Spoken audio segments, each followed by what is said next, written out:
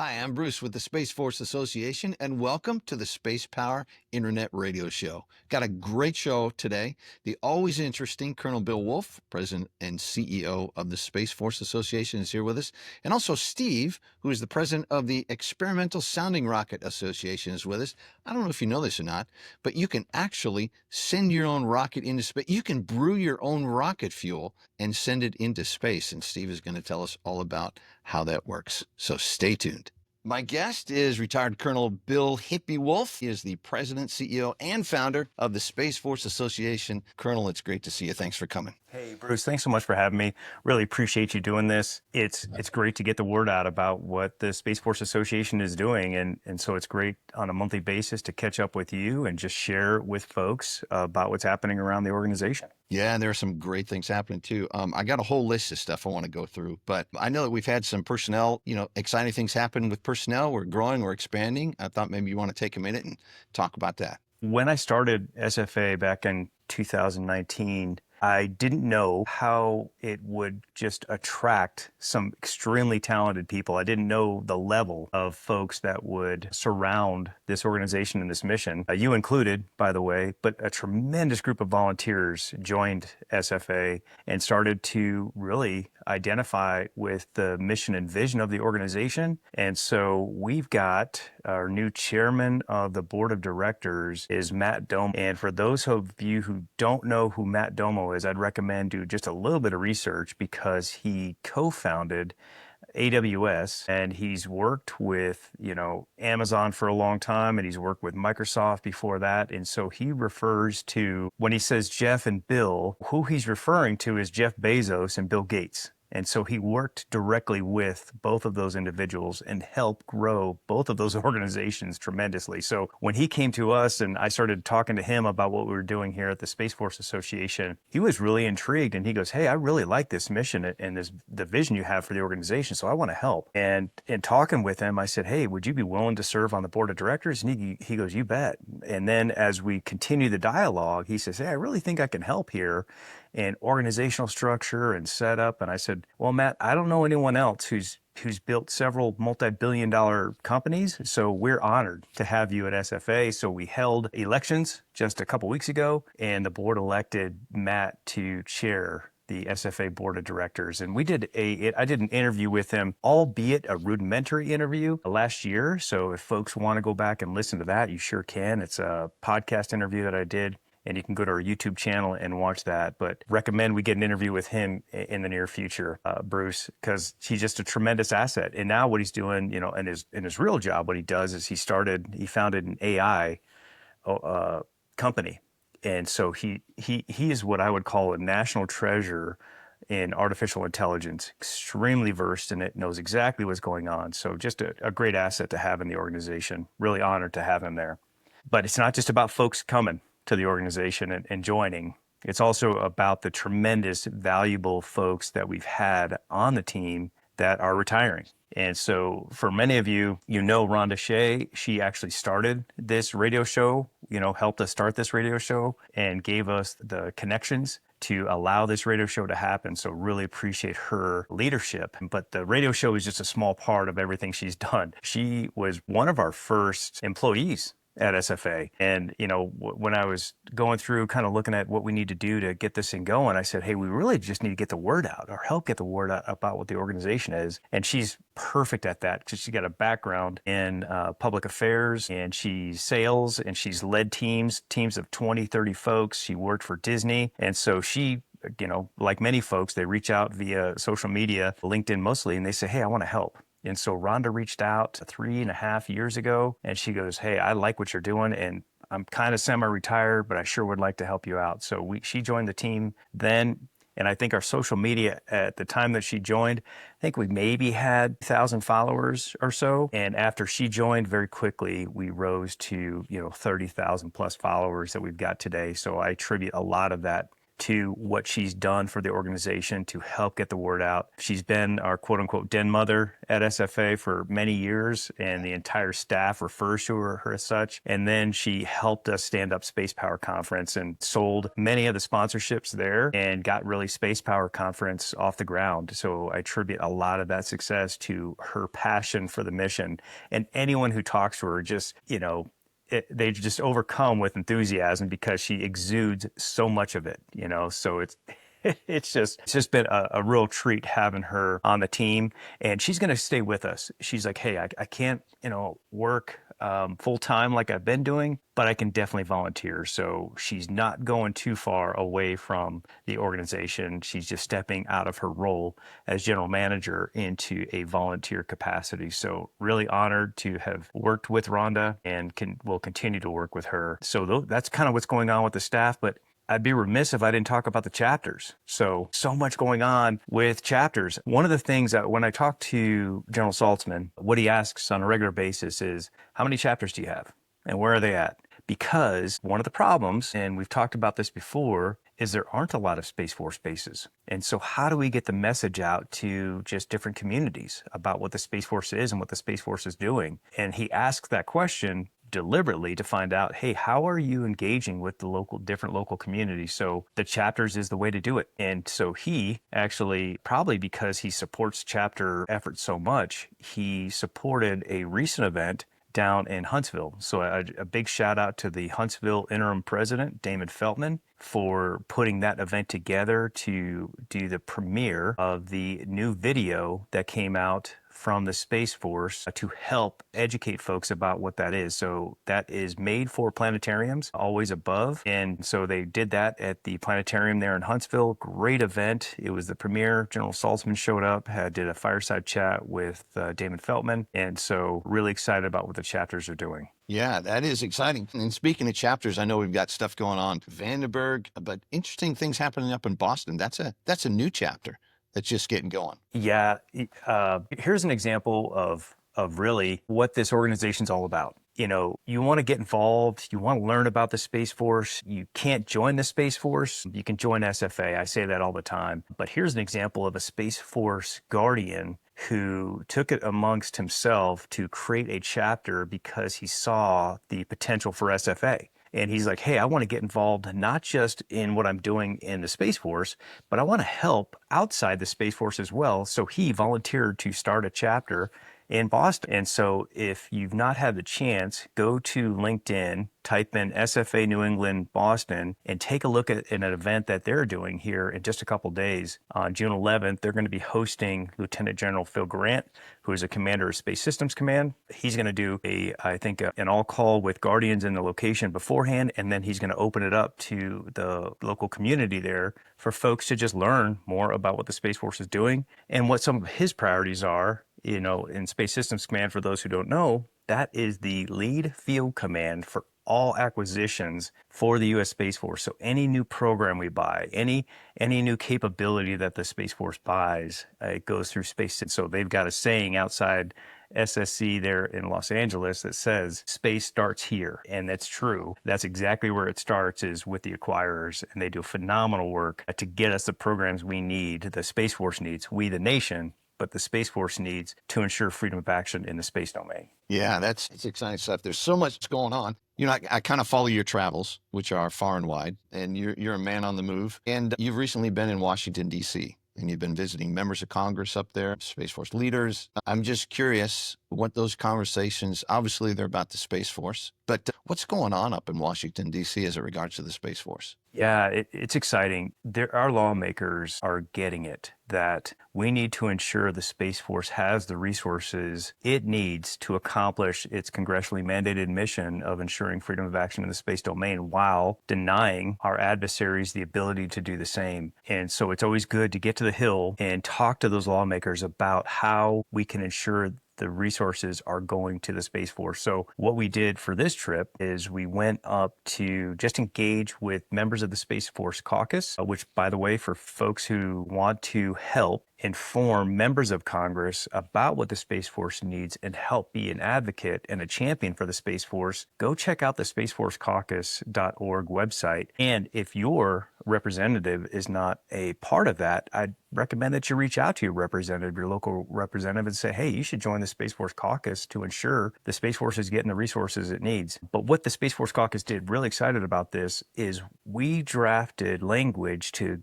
be passed into law known as the Legacy Guardian Act. And this is one of the SFA members who is steeped in knowing and knowledge and knowing about how Congress works. So one of our members drafted that language and we pushed it forward. We had an event. Our legislative committee chair, Katie Spencer, had an event called Orbit the Hill last year where members of SFA went to different members of Congress to ensure this law could get passed. And what this law does, now that it's passed, it allows people like me who grew up in Air Force Space Command as a space operator and space professional to be recognized as a legacy guardian. And, it might be trivial, but now what I can do is I can get a license plate that says Space Force veteran.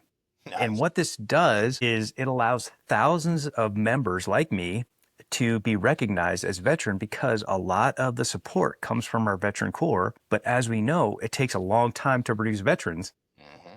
And so the Space Force needs all the help it can get right now to gain traction and gain support. And so the Legacy Guardian Act was passed, and we're working with the Space Force leaders to create this program. But the way we see it unfolding is you log into a website, you submit your DD, which is your military service record, and then we compile that list and we send it over to the Space Force for review, and then they acknowledge that yes, these people are recognized as legacy guardians. And then again, another volunteer, Mark Dreiling, created this patch for us. I don't know if you're going to be able to see it. Oh yeah, but yeah. This is going to be the Legacy Guardian lapel pin that is going to go with the recognition. So the device. What's the significance of the dates on it? Well, so this is from when space started, 1982, to just when the Space Force stood up, 2019. And so, yeah, if you reach out to Mark Dreiling, he'll tell you about the entire significance of this. And so when the lapel, by the way, we had one of these flown in space on a Blue Origin mission. Wow. And so that'll be presented to the Space Force very soon probably the end of the month. So when folks get this device, it's going to be a lapel pin. I'm going to call it the Dreiling. And so I'm going to make sure you have the Dreiling on your jacket or on your suit whenever you're wearing it so that folks know you are, in fact, a legacy guardian. So nice. Really excited about that. That's like, that would be thousands of people, right? I mean, that's a lot of people. Yes. We think the estimate is probably 2,000, but I believe the real numbers are closer to 7,000 or 8,000. But yeah, what we're going to do is increase that veteran pool so that folks can be recognized as veterans of the Space Force. So it's very exciting. Because they're really the ones that were the foundation of the Space Force, essentially. Yeah, that's exactly true. When you start talking about where the Space Force evolved from, while yes, it was birthed out of the Air Force, and just like the Air Force was birthed out of the Army, it is now an independent service responsible for a very critical mission with, again, the lowest number of members in any service at about 9,000 uniform members and another 7,000 civilians. That is the smallest service that we've got, and quite honestly, we need to increase it. So the veteran corps that we're helping to create is going to help increase at least the knowledge to help get the knowledge out about what the Space Force is. Yeah, exciting stuff.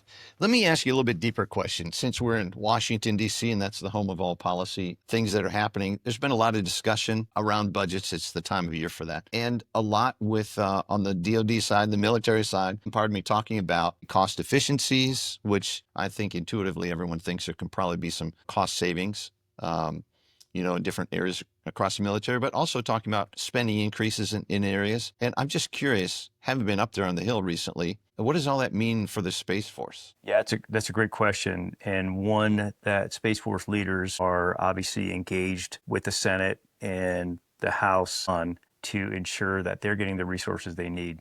The way I'm thinking about it, and these are the discussions I've been having with our policymakers, is, as technology increases and it's it should be an inverse curve. As technology increases, requirements should decrease. In other words, we should ask what efficiencies technology has allowed us to gain, and then based on those efficiencies, we should determine what capabilities we don't need anymore. In other words, technologically, let's continue to advance. And from a resource perspective, let's think about where we can cut. I suspect that's exactly what they're doing today, is they're looking at, hey, what technologies are antiquated that we don't need to continue to support? And then what are the technologies that we've gained such that it covers down on those antiquated technologies? That's the hope, is, we're thinking about this deliberately. But unfortunately, it seems like as technologies have increased, so have resource requirements. Yeah. And so we just got to think about this. And this is what this administration is thinking about is, how do we gain efficiencies? Because we as taxpayers want to make sure that we're not paying for technologies that we don't need anymore. And so those are the discussions that are going on the Hill today, is how do we gain efficiencies based on technological advancements? But one thing's for sure, we need more leadership in the Space Force. In other words, whenever you grow 2 4-star generals, which the Space Force has 3 4-star generals right now, we've got the Chief of Space Operations, the Vice Chief of Space Operations, and right now you've got the U.S. Space Command Commander, General Whiting, as a 4-star. The question is, how do you grow those? What's the bench to grow those positions? And with currently, I think there's 21 general officer billets in the Space Force. The reality is we need 32 plus general officer billets in the Space Force. And that's what people have to think about, is to grow that leadership and build the bench you need to grow those 2 4-stars. You need to have a real good base on the pyramid so you can grow that. So I think what's going to happen is the other services are going to see some general officer billets being harvested, and we're going to have to move those general officer billets to the Space Force. Interesting. So how does that work? So as you know, I don't have a military background. I'm just a big fan. But how does that work then? So say those billets come to the Space Force, but the Space Force is what, 8,000, 9,000 people today? I'm not even sure. That's not a huge pool for that. So how do you fill those? Do people come over from other branches, or, how does that work? Well, first you got to think about the billets, right? Then you got to think about the personnel that fill the billet. So just think as a billet is a position that needs to be filled. And so you've got the expertise that fills that position, and just based on promotion rates, you'll see folks fill those specific positions. But right now, based on the general officer billets, if you make it to a 2-star in the Space Force, you're good chance you're going to make it to 3-star because it's a stovepipe. If you make it to 1-star in the Space Force, you could very easily make it to 3-star, which is okay. But the question becomes, is that growing the right expertise needed to lead the service? And I'm just talking about the officer side. We haven't even broached the enlisted side, but the same holds true for the enlisted side. Is we got to make sure we're growing the best and brightest folks in the Space Force into leadership opportunities.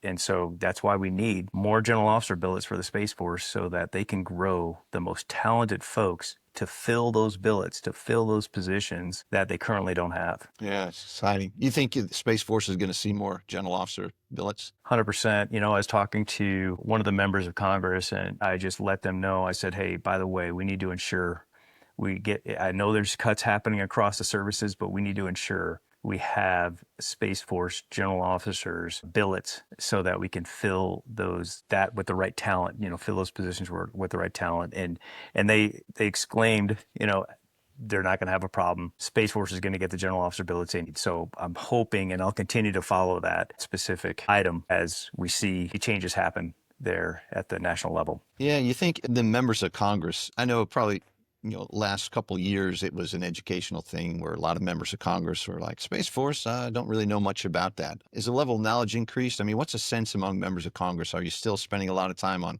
basic 101 stuff, or are you starting to get into, some deep policy reasons why, and adversaries and all that kind of stuff? Yeah, that's an interesting question. When you look across our membership, the elected officials, and you say, who is a veteran of the Space Force? And we don't have any Space Force veterans yet that are elected officials at the national level. That being said, the Space Force Caucus, as mentioned earlier. Those folks are really inspired by learning. They want to learn more. And I tell you what's really interesting is seeing members now starting to get on video and recording discussions like these. So for example, when I was on the Hill, I had an opportunity to sit down with Representative Bacon out of Nebraska and Representative Carbajal out of California to show bipartisan support for the Space Force, specifically for the Legacy Guardian Act. So that Space Power podcast will be published soon, which talks about how we're getting the word out in the discussions. But back to your point, we're never going to lose an opportunity to educate folks, and there's always going to be a need to continuously educate folks about what's happening in the Space Force, whether it's,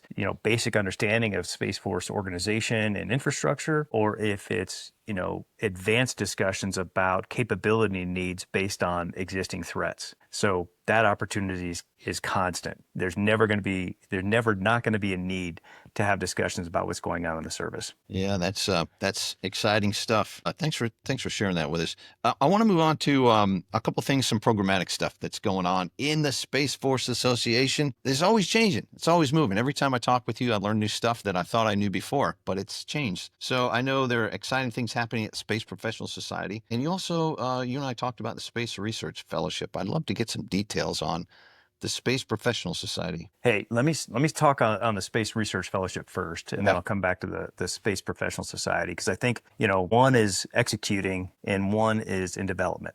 So the Space Research Fellows and that fellowship, here's another example of a volunteer in the organization, a guardian volunteer in the organization saying, hey, I think there's an opportunity here to collaborate with FFRDCs on, capabilities that we should be talking about. So we hosted the Space Research Fellows at the Space Power Conference last year. This is organic growth within the organization that I really wasn't tracking much of. And this is, again, our volunteer education committee lead, Dr. Mike Ludes Martindale, who helped start this thing. And then at Space Power, he's displaying the results, and the Guardians are displaying their results of this research program that they went through.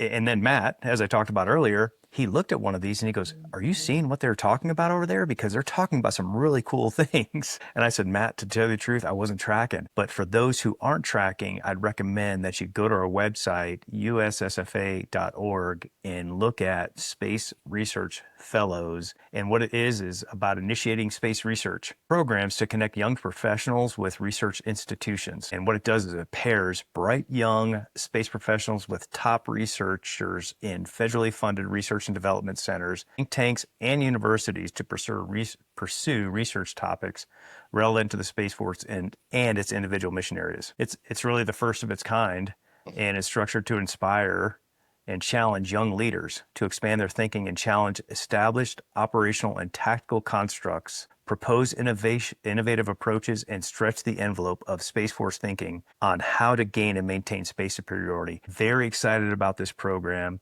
This is our second year in existence. Again, we're going to highlight I understand there's some leadership changes happening within the program, and how this is with an organization like this. If you have a single volunteer who's starting this thing and you don't have a backup for that volunteer, then all of a sudden we lose the opportunity for consistency. And so here's a program that a young guardian started, and we'd like to see it continue, but we're looking for supporters to sponsor it. And so if your company is interested in the Space Research Fellows, I'd recommend that you reach out to me, and we'll put you in contact with our sales team, Kelsey Parker, who will ensure that this program continues to evolve with your support. So that's the Space Research Fellows, which leads me right into the Space Professional Society. And what's really exciting about this, another example, Sophia Skiba, she goes by Skiba. She's a student I met a few years ago in, it was, I think, 2023. And I gave this talk at ASU, and there was a student club that said, hey, if you're giving a talk here at ASU, can you come in, or we're having a meeting, can you come in and talk to the students? When I talked to the students, Skiba was one of them, and she goes, this is exactly the organization I've been looking for. She showed up at Space Power. She asked her mom for a Christmas gift, which was showing up to Space Power. She sat center stage at Space Power 23, got motivated, and said, hey, I want to start something within SFA. So we created the Space Professional Society, which is a student-led organization to bring university students together who want to start their space careers. Right now, in fact, when I started my space career several years ago, let's just say 25 plus years ago, there wasn't an on-ramp. And typically what folks did is they went through some engineering specialty and then started a space career accidentally. And then they thought only about NASA, but they weren't thinking necessarily militarily. So what this does is it allows folks who want to start their space careers, regardless of the sector they're joining, because we know a majority of folks are going to join the commercial sector, but if they want to join the civil or join the Space Force, they can. And so Space Professional Society aims at on-ramping students to create the workforce of the future that we know we're going to need. And so honored to announce Dr. Melissa Patton, who is the program manager for that program. And she's a volunteer here at SFA, and she's been reaching out to folks to gain support. But that organization will have a 100 through 400 level opportunity. The young students are learning from the older students are mentoring the younger students, the older students are getting mentored by industry, and Space Force Guardians is the intent, and then it culminates in a regional and then national level competition, capstone event that Dr. Patton is working on. Again, if you want to learn more about SPS, please go to you, and under programs, you'll see Space Professional Society. And if you're interested, again, we're starting this program up. So if you're interested in sponsoring this, and I'd suspect that most industry folks would want to sponsor something like this because it is their future workforce. They are directly creating the workforce that they need in the future. So really looking for support and sponsorship support from our industry partners on this one as we continue to grow the program. Yeah, and that's exciting. And talking with Sophia Skiba, she's just a bundle of energy, super excited about everything space, and just those are the kind of students that are involved in this stuff. So it's super exciting. So much going on. Hey, speaking of so much going on, last thing for you, Bill, you do a podcast, a weekly podcast, and I've been checking it out, and it's good. It's great, actually. And you have some interesting people on that. And I thought maybe you could just pick out a couple and tell us about it and where to find your podcast. Yeah, thank you. By the way, I'm trying to set it up such that it's bi-weekly. But I tell you, the biggest problem with setting up a podcast, as you know, with doing the radio show, is scheduling. And so I'm working with the team to make sure we get a schedule, and then trying to align my schedule, which again, there's no excuse. This is important to get this information out. So really, we're looking for more folks who want to participate in Space Power Podcast. So if you're interested in participating, just reach out and say, hey, I want to get on Space Power Podcast. And what it does, what the intent of the podcast is to talk about space power and what's going on in that, on that topic. Specifically, recently, it was great during a Space Symposium. It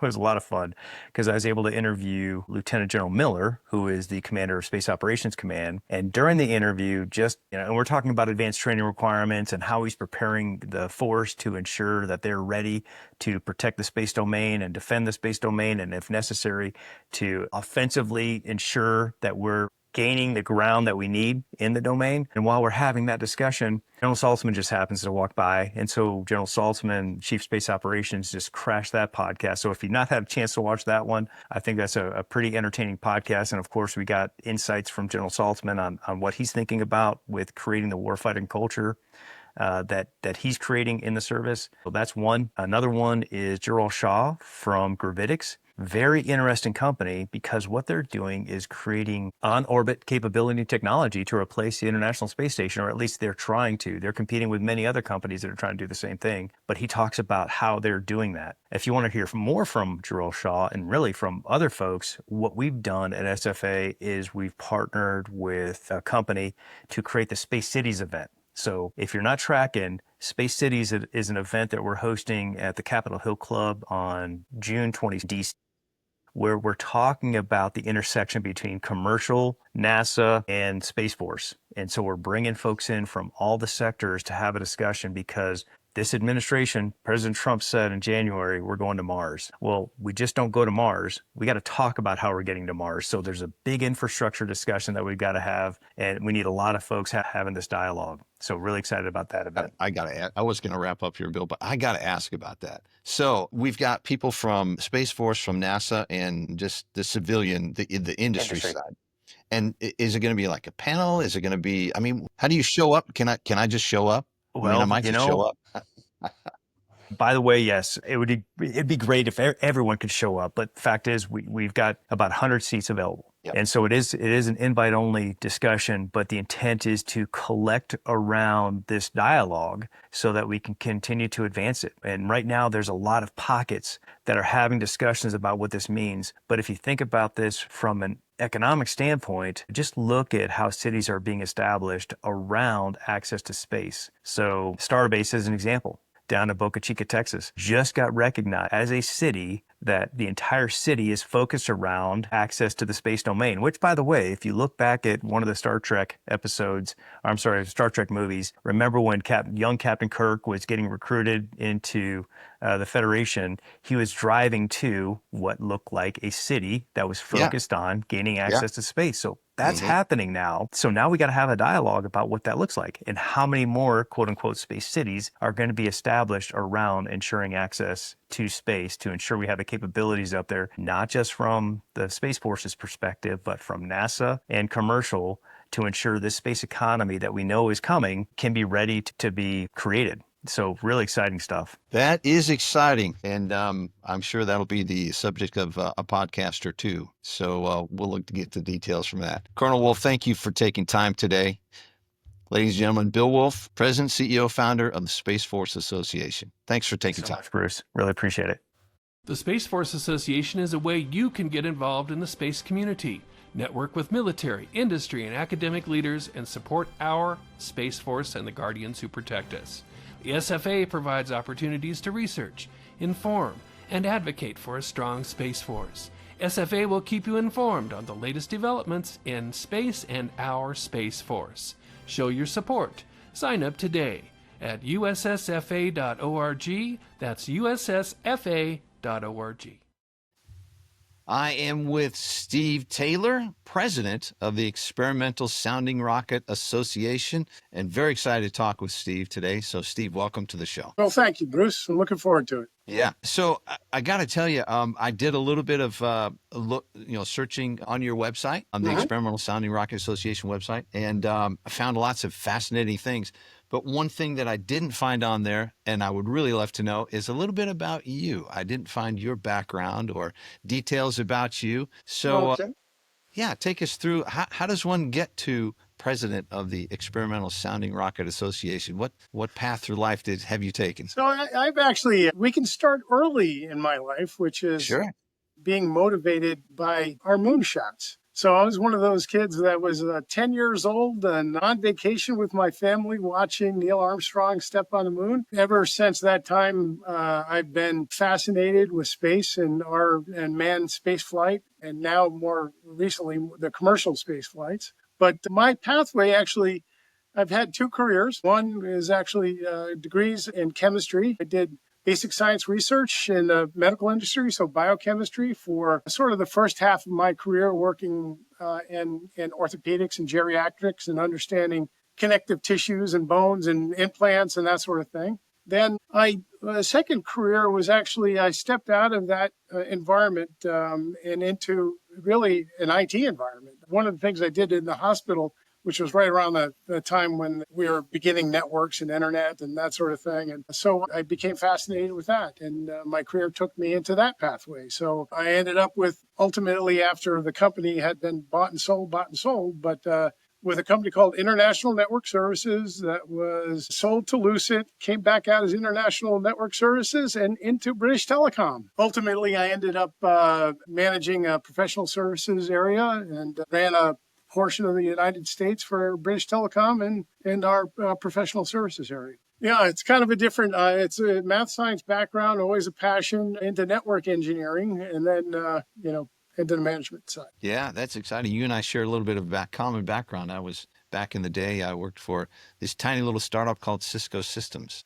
No, I'm Yeah, very we were familiar. actually, we were big supporter of Cisco. Obviously, we had our calling, one of the taglines we used back in that day was we had more CCIEs than Cisco did at the time. Oh, yeah, that's right. That was quite a thing. The Yeah. CCI, I remember that. Yep. Spent a lot of hours working on that certification. Yeah, well, that's exciting. So it's quite an interesting career, but no rockets in that career. So how did you get into the So rocket? yeah, there's a group of folks my age that we're called born again rocketeers or bars, and we grew up in the 70s with Estes rockets, and then the industry, the hobby industry changed and became high powered. Once I found out that I could launch high-powered rockets. Well, after doing everything with my kids, and they've all were involved with rockets, and we actually of the 6 kids that we have one aerospace engineer and a bunch of I'm proud of them all. So, but she is the one that followed sort of my passion, and I just got back into it because of the it is probably one of the most wholesome, fun, science-oriented things that you can do with your family and then with your group of buddies and your bar pack. That's the born again rocketers we call bars, and so the bar pack. So I got back into it when I could start launching high-powered rockets and starting reaching altitudes that I never thought that we could possibly do as amateurs. Nothing on the commercial side other than being very proud parent and being very proud of the work that we do, because the university students that come through end up in the industry. It's an anecdotal number I'll give you, but after we were talking about this, we feel roughly 15% of the workforce now has been through this competition that is in the aerospace industry. They're at the Blue Origins and the SpaceXs and the Fireflies and Firehawk and all of them. So something that we're really proud of. And it's what our mission is, honestly, is to be able to mold the clay, the young engineers, and have them, be able to reach their dreams by our process, which goes all the way from preliminary design to critical design to safety reviews to building their payloads and documenting it all and getting an opportunity to launch. Yeah, it's quite substantial. I noticed on the website you've got a lot of technical documents. I mean, just on orbits, on launching, on all kinds of things for people to use in building their rockets. So that's exciting stuff. It's far more detailed. And I'll be honest and say I've not heard of you guys before, but it doesn't surprise me that there is something like that, because we are such a space kind of focused country in the technology area. It just only makes sense. Yeah. Now, you mentioned about launching rockets to greater and greater altitudes. I mean, what are we talking? 5,000 feet, 10,000 feet? Well, we have a number of, part of our competition is for the teams to engineer rockets that reach specific altitudes. So our standards are 10,000 feet, 30,000 feet. This year we added a 2-stage category to 45,000 feet. And then we have a demonstration category, which is kind of our first year back with our demonstration category, but that's up to 100,000 feet. So we have a waiver up to 100,000 feet, and we are encouraging the students to be able to take advantage of that. It's one of those things that our competition had been a 10,000, 30,000 for a long time. With our move to Midland, we were able to get higher waivers. Our goal was to increase the engineering challenge for the students. This year is the first year we're going to be able to have them flex their wings, if you will. That's exciting. So Texas, great place to launch rockets. Midland, Texas, obviously kind of in the middle of Texas. So plenty of space out there, I'm guessing. But so before we dive into the competition, which I know is coming up, tell us a little bit more about the association and just there's the association, and we go, rather than say Experimental Sounding Rocket Association every time, we go by ESRA. So, okay. Yeah, ESRA is the acronym that we use. And we're a 501c3 nonprofit organization. We have no paid employees. Everything that we do is based on our volunteer base, which has been phenomenal. Our mission, it's pretty simple. We provide students with real world opportunities to take their engineering talent that they've done book smart, and, if they've gotten to learning, is to give them the practical skills then to work on a team to build one of these rockets. And we emphasize the organization of that team, which is not just aerospace engineers, although they're about 36% of the engineers, but there's mechanical engineers, there's electrical engineers, there's computer engineers, we even have civil engineers, systems engineers, which are the important guys that do the integration of that whole workforce. We emphasize that team because it represents a real world application. It's when you're going to be in the industry, this is the sort of a team you're going to be involved with. And understanding the integration points and being able to do that to develop a successful, safe rocket, because we emphasize a lot on safety, but to have them gain those skills, the fabrication skills. The teams this year have impressed me tremendously because the work that they're doing now and things like the additive engineering with like the printing of 3D metal parts and the manufacturing of that, and even if they outsource that, develop that part and then create that model and have that either done in-house or outside, just have been really impressive this year. And the other thing that impresses me a lot about the teams this year is that almost every team now is building their own avionics, electronics. Really? We require that they have a commercial one because we'll know that that works, which, from a safety standpoint, we want to make sure that that's sort of their primary flight controller. But the development they're doing on both the electronics and the simulation and modeling of their projects has been phenomenal. And, we this year, as in every year, we have podium sessions where we allow the students that have done exemplary work to be able to present their work. So we have, this is an academic exercise. We're doing this so that we can share the knowledge and build the knowledge on this set of students. So it is energizing, to say the least. I can imagine that. So I'm curious how this process works. So it's not just, hey, we show up in June and we launch a rocket. There's a team, there's a process that's involved. It sounds like Ezra is involved along the way. You mentioned critical design reviews, all that. So if I'm like, hey, I think I want to launch a rocket. Mm-hmm. I go to the Ezra website, but I mean, what's the process for me to get to launch a rocket? We provide an awful lot of guidance, but the first step, almost for any of at least the teams that have the ability to access Tripoli. Tripoli is a rocketry association that handles insurance and that sort of thing, but there's a resource pool inside that organization of guys just like me there's a certification levels that you need to obtain to be able to launch the bigger and more powerful rockets. And I usually advise each one of the school teams to find their local club, to get the mentor from that local club. And then they're involved pretty much right at the beginning of this process. And in fact, we required as part of their team, as they're working through the process of preliminary design, critical design, safety reviews, that sort of thing, that they have a mentor that knows this level of rocketry. So it's go to your local area. If you're an international team, there are international clubs that are out there you can help. There's one thing about the Tripoli organization is it's the research arm of the amateur rocketry. So we allow things like students to fabricate their own propellants, mix their motors, pour their motors, be involved in hybrid motors, so that level of knowledge is really in the base of this organization. And then with our team, we have the engineering team that is on top of that. So we provide engineering resources and we provide rocketry knowledge, and we're ready to go. Wow. Yeah.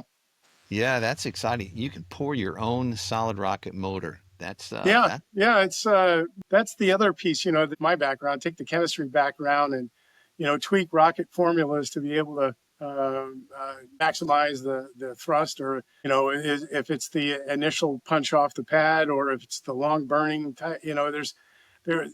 There's different rockets, and you make different propellants based on what you want out of that performance. The teams love it. I mean, because it's not just the fabrication of the rocket, which is awesome in itself, but then to actually be able to develop your own propellant, that then, you're using to launch your rocket, it's That's sort pretty of the cool. next level fun, That is next level fun right there. Now, the Space Force Association, we're partnering with you guys on this. I want you to tell me a little bit about that partnership, and then I want to move to the competition that's upcoming. But tell us about the partnership that we've got together. So this is the first year, and really it's come together in the last couple of months. And initially, it's we share a mission.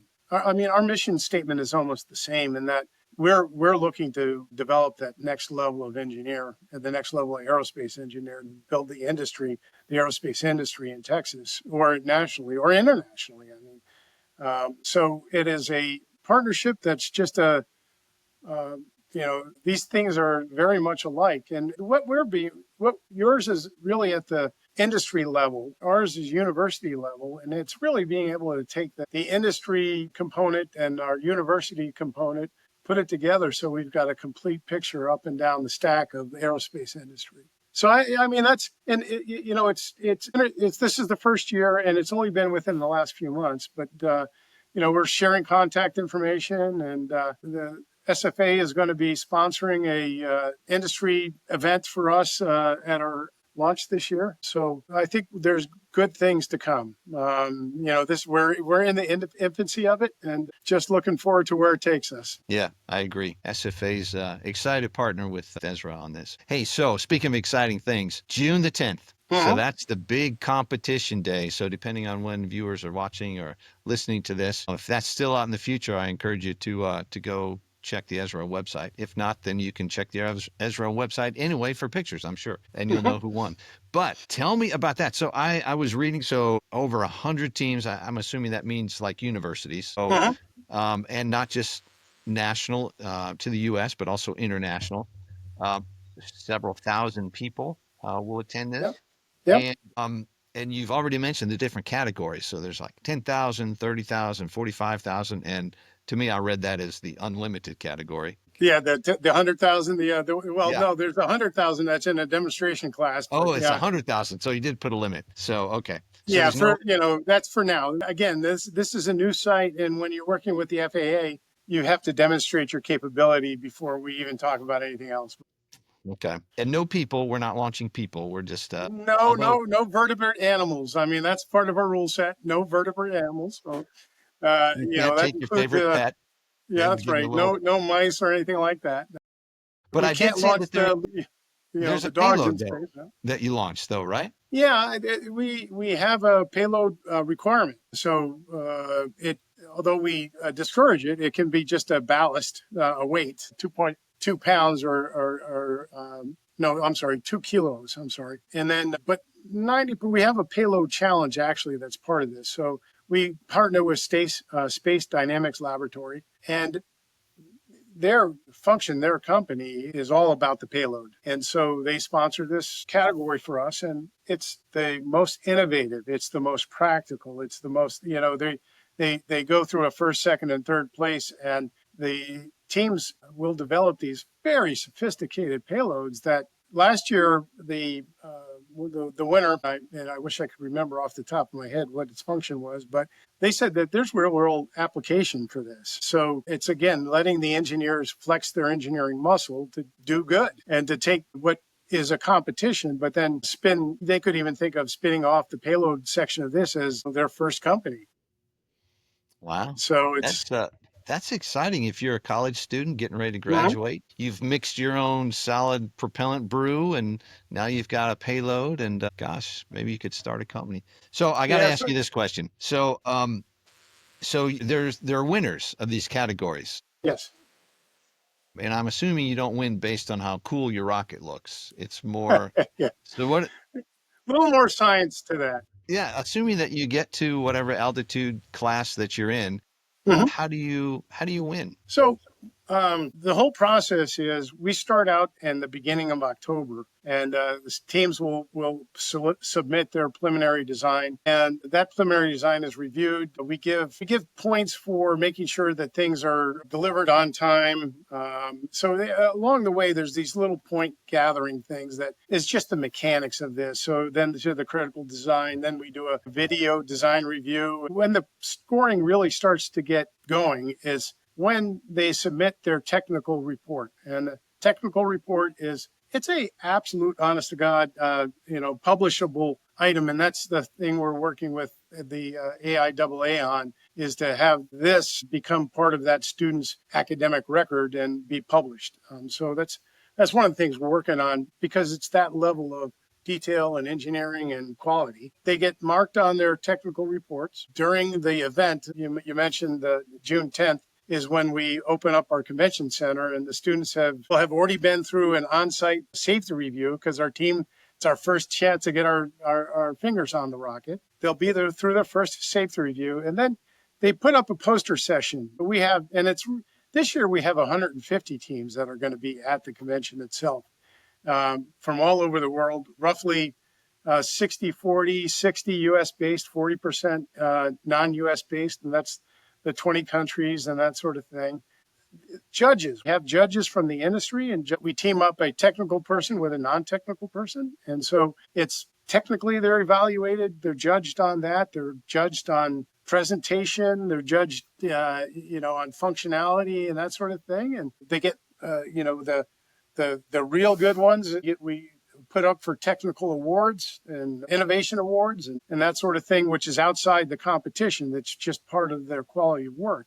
And then it's on to the launch pad, So the 11th, 12th, 13th, and a little bit of the 14th, we're out. It's about 2.5 hours out of Midland, actually, because Midland's, a city, you've got to be in the middle of nowhere to launch this. And believe me, we're in the middle of nowhere this year. So to launch, and they'll get credit for being ready to launch, actually launching when we're committed to launch, and then how well they did. And it's altitude based in addition to all the other technical parameters, but the teams are getting very sophisticated. So a lot of our papers this year that will be presented at the conference are teams that are using electronics to monitor altitude and understanding what their velocity is at the time. And if they're gonna overshoot, they're gonna deploy, a lot of times it's a flap on the outside of the rocket that will create resistance to slow it down so that they'll hit their apogee when they say. And then we do a form of dual deploy recovery, which is at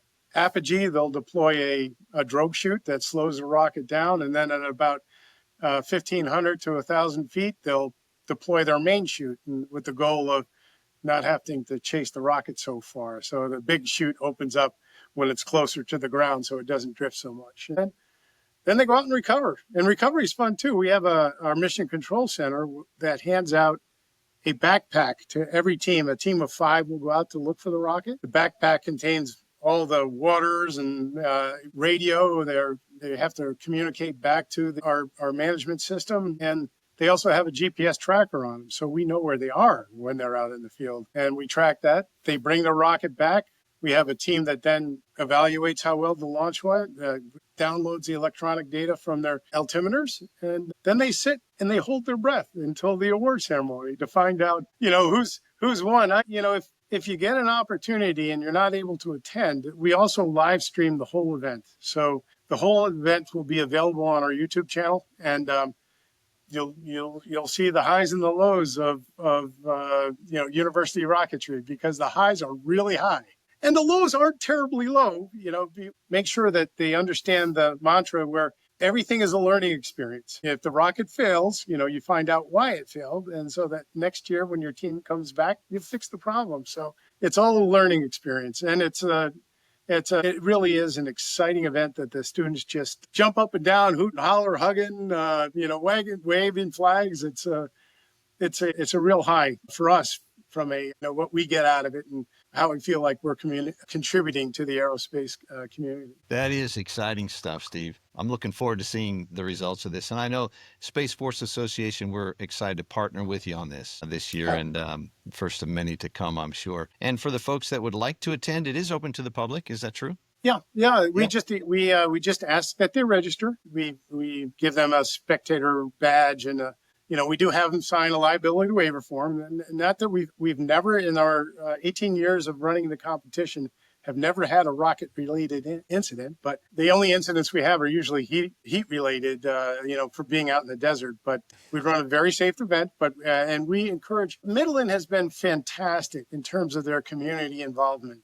We have already signed up more spectators than we have in any year to date. So they're going to come out. They're going to be there in the convention center talking to the student teams, and then the exciting part is the launch, and they're coming. So I'm really excited by the community involvement, and you'll see if you take a look at our sponsor sheet or advertising sheet, you'll see all of the Midland communities, from even lending us a warehouse to store things in, to the Midland Development Corporation, to Visit Midland, to Discover Odessa, to the Chamber of Commerce in Midland, even the hotels. We've got everybody. We've got the Pizza Factory donating pizzas for our judging and our volunteer meeting at night. So the community is involved. We couldn't be happier with the response that we're getting out of the local community. Well, that's exciting, Steve. Hey, thank you for taking time to talk with us and to share with our audience about the exciting things happen. June 10th is the time. Yep. You can sign up on the Experimental Sounding Rocket Association website if you want to attend. Which is